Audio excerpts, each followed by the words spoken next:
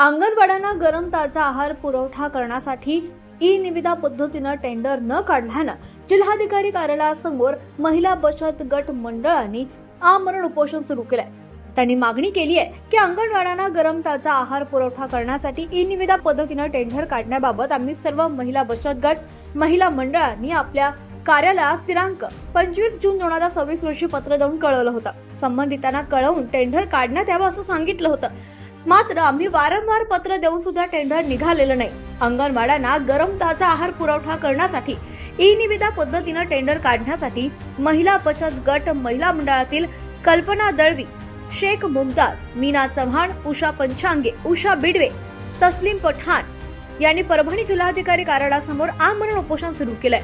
उपोषणामध्ये एकात्मिक बाल विकास सेवा योजना महिला बाल कल्याण विकास अंतर्गत ज्या अंगणवाड्यांना गरम ताजा आहार पुरवला जातो तर याचं टेंडर 2019ला निघालं होतं। तेव्हा पण आम्ही असंच उपोषण केलं होतं आणि नंतरच टेंडर निघालं होतं। पण 2019च्या GR-नुसार ते फक्त 2 वर्षासाठीचं टेंडर होतं।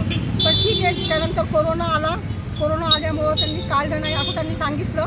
पण 2, 3, आज 7 वर्ष झाली, अद्यापही ते टेंडर निघालं नाही। मोठे मोठे गुत्तेदार हे टेंडर घेतात आणि लहान लहान बचत गट महिला संस्थांना हे टेंडर मिळत नाही। त्यांनाही त्यांच्या हातालाही कामाची गरज आहे। मोठ्या मोठ्या लोकांना देऊन जर आणि ह्या सरकारमध्ये माननीय एकनाथ शिंदे साहेबांनी महिलांना मजबूत करण्यासाठी नवीन योजना काढल्या आणि त्यांच्या वरच्या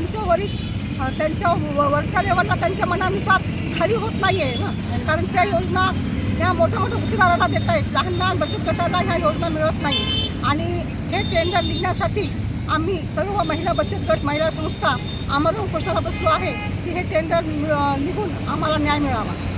30च्या वेळेस पण टेंडर निघालं नाही आणि का निघत नाही आम्ही चौकशी केली, पण असं कळालं की सगळेजण पैसे गोळा करतात, ते मोठे गुत्तेदार आणि वर नेऊन मॅनेज करतात आणि इकडं जाहिरात देऊ देत नाही। म्हणून आम्ही त्यावेळेस 2019ला उपोषणाला बसलो आणि नंतरच टेंडर निघालं।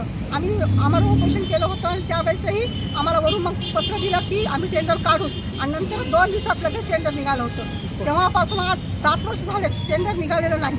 मग आम्ही आता कोणाकडे बघायचं? आम्ही वारंवार हे पत्र दिलेत संबंधित अधिकाऱ्यांना, संबंधित ऑफिसला जाऊन भेटलो, पण त्यांचं एकच म्हणणं असतं की आता सध्या नाही, स्टे आला, असं झालं तसं झालं, देणार नाही।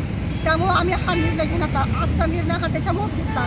त्यांनाच माहिती आहे काय कारण आहे, पण एवढं मात्र नक्की आहे की ह्या लोकांचं पूर्ण आता GR प्रमाणे हे टेंडर 2 वर्षासाठीच होतं। मग ठीक आहे, 2 वर्ष म्हणजे 2019ला निघालं, 21पर्यंत टेंडर काढायला पाहिजे होतं। त्यांच्या म्हणण्यानुसार मध्ये कोविड आला, कोविड किती दिवस चालणार? आज 2024 संपत आलेलं आहे, तर मग तुम्ही सांगा हे टेंडर निघणार कधी? 24पर्यंत ह्यांनी टेंडर काढायला पाहिजे होतं ना, पण ह्यांचं टेंडर निघत नाही।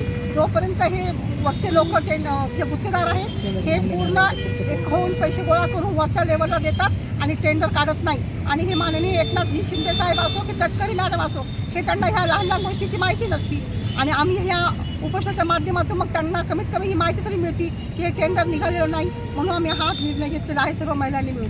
तोपर्यंत आम्हाला त्यांनी सांगत नाही की आम्ही लगेच टेंडर काढू आणि ते पण आम्हाला वरून फॅक्स आला पाहिजे की आम्ही टेंडर काढू, तेव्हाच आम्ही आमचं हे आमरण उपोषण सोडणार आहे। तोपर्यंत आमचं हे उपोषण चालूच राहणार। AB न्यूज मराठीसाठी शांतीलाल शर्मा, परभणी।